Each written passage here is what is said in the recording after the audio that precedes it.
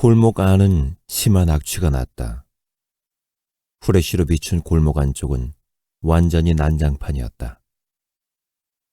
먹다 버린 각종 음식 쓰레기와 음료수 캔들이 아무렇게나 나뒹굴고 있었다. 젠장, 옷 세탁을 또 해야겠구만. 악취 때문에 머리가 지끈거리고 속이 메스꺼웠다. 그때 핸드폰 진동이 울렸다.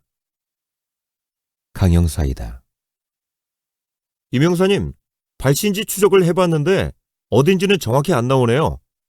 그런데 남원 근처로 뜨는 것 같습니다. 뭐? 남원? 남원 근처인데 왜 여수로 신고를 한 거야? 나는 전혀 지역이 다른데 응급신고를 여수로 한 이유가 뭔지 궁금했다. 그건 잘 모르겠습니다. 구급대원들도 잠깐 신고를 받고 전화가 끊겨버렸다고 해서요. 강형사의 말을 들으니 정말 장난 전화가 아닐까 하는 생각이 더욱 확실해지는 것 같았다. 알았어. 금방 내가 다시 서로 들어갈 테니까 다른 사건 먼저 처리하고 있어. 나는 대충 말하고는 전화를 끊었다. 여전히 악취 때문에 머리가 아프고 속이 울렁거리고 있었다. 만약 여기에 별것 없으면 그냥 빨리 돌아가려고 마음을 먹었다. 조금씩 후레쉬를 비추어 좀 더 안으로 들어가니 큰 기름통 같은 것이 하나 보였다. 그런데 기름통 근처로 다가가자 더욱 심한 악취가 났다. 아마도 이 통 안에서 나는 것 같았다. 아씨, 뭐야 이거? 속으로 잘못 들어왔다 싶었다. 굳이 열어보고 싶지도 않았다. 그런데 열어봐야 할 것만 같은 느낌이 들었다. 이 이상한 악취가 너무 심해서였을까? 안에 뭐가 있을지 갑자기 궁금해졌다. 조심스레 통을 불빛으로 비춰봤다. 통은 뚜껑이 살짝 열려 있었다. 손수건으로 코와 입을 막고 조심스럽게 뚜껑을 열어 안을 보았다. 헛구역질이 났다. 통 안을 불빛으로 비춰보니 돼지나 소의 내장이나 썩은 고기 덩어리가 잔뜩 있었다. 그리고 파리가 득실득실거렸다. 만지고 싶지 않아서 그냥 통 뚜껑을 다시 닫고 골목 밖으로 빨리 빠져나왔다. 핸드폰으로 강형사 전화번호를 눌렀다. 신호가 몇 번 울리고 강형사의 목소리가 들렸다. 네, 이명사님. 강형사, 저기 지금 국과수에 연락해서 내일 오전까지 여기 신고지 정육점으로 감식반 오시라고 부탁드려. 네? 네, 알겠습니다. 그런데 뭐가 있었나요? 강형사는 의아하다는 말투로 물어봤다. 그도 그럴 것이 이 골목을 알지도 못했으니 궁금한 게 당연할 것이다. 그냥 뭐 확인해 볼 게 있어서.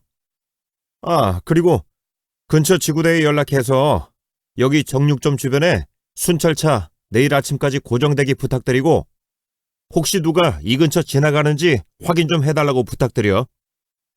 네, 알겠습니다. 지금 연락하도록 하겠습니다. 강형사의 대답을 듣고 나서 통화를 바로 껐다. 손에서는 이상한 악취가 났다. 그리고 온몸에서 악취가 진동하는 것 같았다. 왜 강형사에게 감식반을 오라고 말했는지 나도 이해가 안 됐다. 그냥 신고지 주변에 이상한 통이 있었고 아마 내가 만지기 싫어서 그랬던 것 같았다. 손수건으로 대충 손을 닦고 차로 들어가서 시동을 켰다. 백미러에 끈으로 매달린 가족 사진을 보니 한숨이 나왔다. 이 생활도 못 해먹겠네. 나는 속으로 하루에 몇 번씩이나 이 생각을 되뇌곤 했다. 지금은 더 강렬하게 생각이 난다. 나는 곧 차를 돌려 다시 서로 향했다. 한참을 기다렸을까? 벌써 담배를 2대 이상 피운 것 같았다. 택시는 올기미가 보이지 않는다. 핸드폰으로 시간을 보니 새벽 4시가 거의 다 되어가고 있었다. 아, 이거 이러다 걸어가야 되는 거 아니야? 짜증이 솟구쳤다. 집까지 걸어가면 거의 1시간은 좋게 걸릴 것이다. 그래도 선택의 여지가 없었다. 여기서 3, 40분을 기다리는 것보단 그냥 1시간을 걸어가는 게 나을 거라고 생각했다. 나는 자취방 쪽으로 발걸음을 옮겨 걷기로 했다. 몇 미터쯤 걸어갔을까? 반대편에서 택시가 한 대 지나가려고 하는 것이 보였다. 나는 재빨리 크게 손을 흔들고 소리를 질렀다. 아저씨! 택시! 택시! 혹시 봤으면 좋겠다고 생각하고 필사적으로 손을 흔들고 움직였다.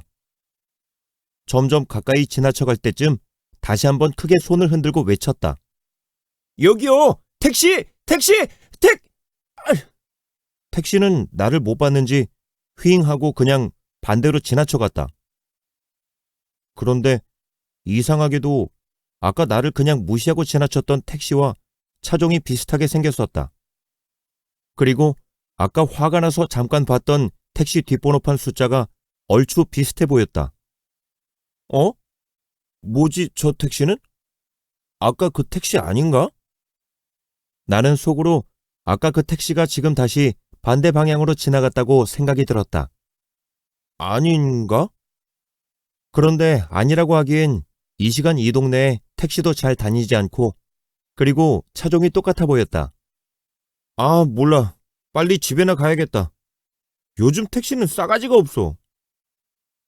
나는 복잡하게 생각하지 않고 다시 집 쪽으로 걸어갔다. 한참을 걸었다.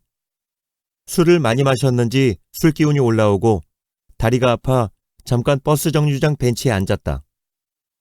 그런데 문득 생각이 났다. 아까 나를 지나쳐간 택시가 다시 이번에 지나쳐서 간 택시와 동일한 택시라는 것이. 나는 분명히 보았다. 번호는 잘 기억이 나질 않지만 번호판 앞에 여수라고 표시가 되어 있었다. 그렇다. 여기는 서울인데 여수 택시가 그것도 똑같은 차종이 2대가 다닐 리가 없었다. 나는 확신했다. 그래, 여수 택시니까 여수로 빨리 돌아가려고 나를 안 태웠겠지. 나는 그냥 좋게 생각하고는 주머니에서 담배를 하나 꺼내어 피웠다. 그렇게 한 모금 두 모금 피우고 쉬고 있는데 저쪽에서 다시 택시 한 대가 내 쪽으로 오고 있었다. 나는 얼른 담배를 끄고 택시를 잡으려고 도로로 나와서 손을 흔들었다. 택시! 택시! 그런데 이게 무슨 일인가? 아까 그 여수 택시가 나를 다시 지나쳐가는 것이었다.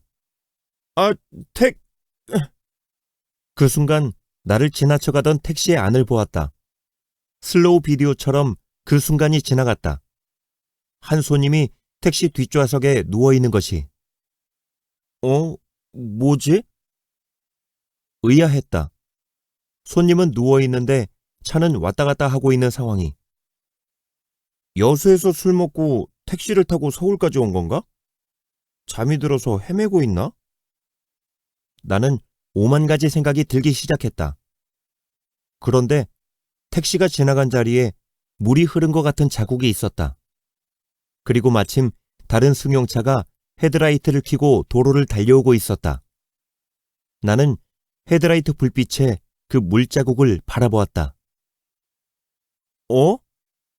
이거 피인가?